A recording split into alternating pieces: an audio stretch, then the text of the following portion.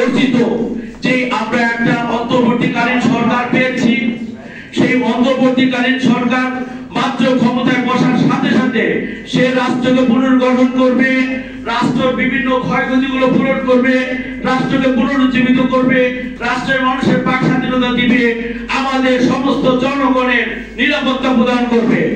সেই মুহূর্তে বাংলাদেশে যে সুফি গরিব দরবেশদের দেশ ভারতবর্ষ, সেই মুহূর্তে একটা কুচক্রী মহল এই রাষ্ট্রীয় ভাবমূর্তিকে ক্ষুণ্ণ করার জন্য, সরকারের ভাবমূর্তিকে ক্ষুণ্ণ করার জন্য, ধর্মীয় দাঙ্গা বাঁধানোর জন্য, ধর্মীয় দাঙ্গা সৃষ্টি করার জন্য বিভিন্ন সুফি গরিব দরবেশদের মাজার এবং দরবারগুলোতে হামলা করছে। সম্মানিত সুধী, আমি সরকার প্রধান এবং উপদেষ্টা মণ্ডলীর উদ্দেশ্যে বলতে চাই যে আমাদের বাংলাদেশে সুফি গরিব দরবেশদের সিলসিলায় প্রায় 3 কোটির উপরে আশিকার ভক্ত রয়েছে। আজকে মাত্র কোটি সামান্য কয়েকজন সন্ত্রাসীরা ওনারা আমাদের মাজার গরিব দরবেশদের মাজারগুলো ভেঙে দিচ্ছে। আমরা চুপচাপ করে বসে রই নাই, আমরা শুধু রাষ্ট্রের দিকে তাকিয়ে শব্দ গঠিত রাষ্ট্রকে বিশৃঙ্খলায় ফেলতে চাই না বিধায় আমরা ধৈর্য ধারণ করে রাষ্ট্রের উপদেষ্টা মণ্ডলীর কাছে আমরা আবেদন নিবেদন করে যাচ্ছি, আমরা প্রতিবাদ করে যাচ্ছি, আপনাদের মাধ্যমে তাদের সন্ত্রাসীদেরকে চিহ্নিত করুন এবং তাদেরকে গ্রেফতার করুন এবং তাদেরকে আইনের আওতায় আনুন। সম্মানিত সুধী, আমরা যদি আজকে 3.5 কোটি তরিকতপন্থী মানুষ, সুফিবাদী মানুষ আমরা রাজপথে নেমে যাই, তাহলে ধর্মীয় দাঙ্গা এমন চরমে শিখরে পৌঁছবে যে এই সরকার টালমাটাল হয়ে যাবে। সংগ্রামী সুধী, আমরা সুফিবাদী মানুষগুলো শান্তিপ্রিয় সবসময়। বাংলাদেশ তথা সেই মাওলানা আলী আলাইহিস সালামের খেলাফত কাল থেকে এই পর্যন্ত কারবালা পর্যন্ত যতগুলো ইতিহাস আমরা জেনেছি যে একমাত্র সুফি দরবেশরা বিনয়ের ধর্ম প্রচার করেছে, শান্তির ধর্ম প্রচার করেছে। বাংলাদেশের যে ঐতিহ্যবাহী 350 আউলিয়ার ঘটনা এটা সারা বিশ্ব জানে। আজকে আমাদের হৃদয়ে আঘাত লেগে যায়, সেই 350 আউলিয়ার মাজারগুলোর মধ্যে যদি আক্রমণ হামলা হয়, তাহলে আপনারা রাষ্ট্রপ্রধান সহ বাংলাদেশের যারা বৈষম্য বিরোধী ছাত্র আন্দোলন করেছেন, আপনাদের অবগতির জন্য আমি বলতে চাই যে আপনারা বৈষম্য দূর করবেন, ভালো কথা, আপনাদের সাথে আমাদের সুফিবাদী ছাত্ররা রয়েছে, পীর ওলি মাজার পক্ষের ছাত্ররা রয়েছে, বিভিন্ন ওলি দরবেশদের সন্তানেরা রয়েছে, আমাদের সন্তানেরা রয়েছে। সুতরাং আমাদের সন্তানেরা যখন এই পীর ওলিদের মাজারের উপরে আক্রমণ হবে, আমাদের সন্তানেরা যখন বসে থাকবে না, তখন কি আপনারা বৈষম্য দূর করতে পারবেন? পারবেন না, এবং আপনাদের ভিতরে ঐক্য নষ্ট হয়ে যাবে। আমি বৈষম্য বিরোধী ছাত্র আন্দোলনের আহ্বায়ক যারা কর্ণধার যারা রয়েছে তাদের উদ্দেশ্যে বলতে চাই যে আপনাদের আশেপাশে তাকিয়ে দেখেন যে এই পীর ওলি মাজারপন্থী ওলি দরবেশদের অনেক সন্তানরা এই মতবাদে বিশ্বাসী অসংখ্য ছাত্র আপনার পাশে রয়েছে। সুতরাং যদি আপনাদের ঐক্য ধরে রাখতে চান, তাহলে অবিলম্বে আপনারা স্লোগান তুলুন, আপনারা প্রতিবাদ করুন। যেই রকম প্রতিবাদ করে একটা বৈষম্য সরকারকে আপনারা হটিয়েছেন, ওই রকম ভাবে বাংলাদেশ থেকে আপনারা চিহ্নিত করুন কারা বাংলাদেশে বারবার দাঙ্গা বাঁধাতে চায়। এই দাঙ্গাবাজ কারা, কারা এই বাংলাদেশের মধ্যে বারবার বৈষম্য ফিরে নিয়ে আসে। সংগ্রামী সাথী বন্ধুরা, আমি সবার সকল দরবার বাজার কর্তৃপক্ষকে উদাত্ত আহ্বান করব, আমরা এতদিন নীরবতা পালন করেছি, আমরা সরকারের কাছে দাবি দিয়েছি, আমরা আজকে থেকে আমাদের সরকারের কাছে মাননীয় প্রধান উপদেষ্টা সহ ধর্ম উপদেষ্টা সকল উপদেষ্টা মণ্ডলীর কাছে আমরা আজকে মানববন্ধনের পরে আমরা স্মারকলিপি প্রদান করব। স্মারকলিপি প্রদানের পরে আমরা আমাদের প্ল্যাটফর্ম থেকে আমরা পরবর্তী ঘোষণাগুলো আমরা দিব, পরবর্তী কার্যক্রম কি হবে। সংগ্রামী সাথী বন্ধুরা, এখানে ভুলে গেলে চলবে না, ভয় পাইলে চলবে না। আমরা শুধু একটি মাত্র কারণে আমরা শান্তিপ্রিয় সুফিবাদী মানুষ, আমরা শান্তিপ্রিয় মানুষ বিধায় এই যে পীর ওলিদের মাজার দরগাগুলোকে ভাঙচুর করা হচ্ছে, অজুহাত দেওয়া হচ্ছে কি, আমি রাষ্ট্রকে এই কথাটা জানাতে চাই এবং এই বৈষম্য বিরোধী ছাত্রদের উদ্দেশ্যে এই দুটা পয়েন্ট আমি বলতে চাই যে তারা অজুহাত দিচ্ছে, মাজারগুলোতে গান বাজনা হচ্ছে। বাংলাদেশ সরকারের গভর্নমেন্টের আইন নীতি নির্ধারণী কমিটি কোথায় লেখা আছে গান বাজনা করা যাবে না? বাংলাদেশের সংবিধানের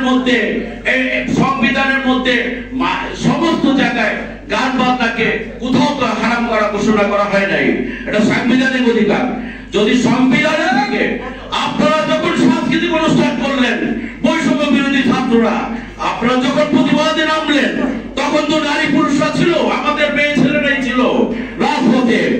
তখন কি আমরা খুঁজেছিলাম যে কে পর্দাশীল আর কে বেপর্দাশীল? সংগ্রামী বন্ধুরা, আসলে মাজার গুলো তো পর্দা বেপর্দা বিরোধীরা খুঁজে না।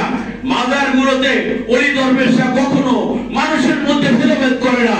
হিন্দু, মুসলিম, খ্রিস্টান, বৌদ্ধ সব এক আল্লাহর সৃষ্টি। আপনি একটা যে বাস্তব চোখে আঙুল দিয়ে আমি দেখিয়ে দিতে চাই আপনাদেরকে। দেখবেন কিছু কিছু দরবার শরীফ গুলো তারা বলতে চায় যে তারা হক্কানি। তাদের ওখানে গেলে একটা ফকিরের জায়গা হয় না, একটা ভিক্ষুকের জায়গা হয় না, একটা উলঙ্গ মানুষের জায়গা হয় না যে তার পরিধ বস্ত্র নাই। আপনি একটা বাজারে যেয়ে দেখেন, ওখানে যায় দেখবেন ওখানে গান গাইতেছে, ওখানে খাবারের ব্যবস্থা আছে, ওখানে টাওয়ারের ব্যবস্থা আছে। যদি না থাকে তার গাড়ি ভাড়া দিয়ে দেয়। সংগ্রামী বন্ধুরা, আমি এই জন্য কথাগুলো সরকারকে জানাতে চাই যে আমাদের আগেই যায় একটা গ্রুপ, একটা সুনির্দিষ্ট গ্রুপ এই অন্তর্বর্তীকালীন সরকারকে যে বুঝাই দিচ্ছে যে এরা বেদাতি কাজ করছে, এরা ফতোয়া দিচ্ছে। আপনারা যদি শিরক বেদাতের ফতোয়া নিয়ে বসেন, আমি প্রকাশ্যে মিডিয়ার সামনে সবাইকে বলছি, মিডিয়ার মাধ্যমে সরকারকে জানাতে চাই, ধর্ম মন্ত্রণালয়কে জানাতে চাই যে আমরা কোন আকীদার উপরে আমরা প্রতিষ্ঠিত। আমাদের আকীদা নিয়ে আমাদের আকাবেররা অবশ্যই আপনাদের সামনে প্রেস করবে যে আমাদের আকীদা সঠিক না ব্যাঠিক। প্রিয় হাজিরিন, যদি সরকার দেখে, এবং এইটা বিগত সরকারও দেখেছে, আমরা 40 বছর ধরে দেখে আসতেছি যে বাংলাদেশ আকীদার দ্বন্দ্ব। আমি বলবো এই সরকার এটারও সংস্কার করবে, উভয় গ্রুপকে ডেকে উপস্থিত করে যে আসলে মাজার জায়েজ আছে না নাই, মাজারে সেবা করা জায়েজ আছে না নাই। যদি রাষ্ট্র এই ব্যবস্থাটা করে না জায়েজ হলে আমরা করব না। যদি আমরা জায়েজ দেখাতে পারি তাহলে আমাদেরকে কেউ বাধা দিতে পারবে না, বাধা দিতে পারবে। সংগ্রামী বন্ধুরা, আমি আরেকটু কথা বলে আমি শেষ করবো, আমাদের মূল দাবি দাওয়ায় চলে আসবো। সেই বিষয়টা হলো, আমি এই কথাটা সবাইকে জানাতে চাই এবং মিডিয়ার মাধ্যমে আমি বৈষম্য বিরোধী ছাত্রদেরকেও জানাতে চাই, বর্তমান অন্তর্বর্তীকালীন সরকারকেও জানাতে চাই। এই ইতিহাসটা অনেকের জানা নাই যে পৃথিবীর মধ্যে ঐতিহাসিক নিদর্শন মাজার গুলো, মুসা আলাইহিস সালামের মাজার আছে, ঈসা আলাইহিস সালামের মাজার আছে, মুহাম্মদ রাসূলুল্লাহ সাল্লাল্লাহু আলাইহি ওয়াসাল্লামের রওজা আছে, তার সাহাবাদের রওজা আছে, মাওলানা আলীর রওজা আছে, ইমাম হাসানের রওজা আছে, ইমাম হুসাইনের রওজা আছে। সারা বিশ্বের সমস্ত বিখ্যাত ব্যক্তিদের মাজার হয়েছে। শুধু মাজার হয় না নমরুদের, শুধু মাজার হয় না ফেরাউনের, শুধু মাজার আরেকটি হাদিসের রেফারেন্স দিয়ে আমি মূল আলোচনা শেষ করে ফেলবো। সেটা হলো আল্লাহ রাসূল সাল্লাল্লাহু আলাইহি সাল্লাম এক হাদিসের মধ্যে বলেছে, তোমরা উঁচু কবরগুলো নিচু করে দাও। সেই উঁচু কবর তো বাবারা ছিল, মুশরিকদের কবর ছিল ওইখানে, এখন কারো মুশরিক এখানে। কোন হাদিস কোথায় না ফিট করেন? মুশরিকদের কবরের কথা বলা, যে মুশরিক কারা? যারা আল্লাহ রাসূলকে কষ্ট দিয়েছে, মক্কা থেকে বিতাড়িত করেছে, সাথে সাময়িক যুদ্ধ করেছে, একটা দিনের জন্য আল্লাহ রাসূলকে শান্তিতে দেয় নাই। আজকে যদি আপনাকে আক্রমণ করে, আপনি কি বসে থাকবেন নাকি? তার মাথাকে, তার কবরকে পুঁতে দিবেন নাকি? তার কবর তো ভেঙে তুলে ফেলবেন। ঠিক আল্লাহ রাসূল আদেশ করলেন। কিন্তু যদি ওইটাই আমরা পর্যায়ে আইন ধরে নেই যে ওই হাদিসের আমল করতেছে, সব মাজারগুলো ভেঙে ফেলবো, তাহলে আল্লাহ রাসূলের রওজাকে কি করবেন? ওমর ইবনুল খাত্তাব রাদিয়াল্লাহু আনহুর রওজাকে কি করবেন? আবু বকর সিদ্দিক রাদিয়াল্লাহু আনহুর রওজাকে কি করবেন?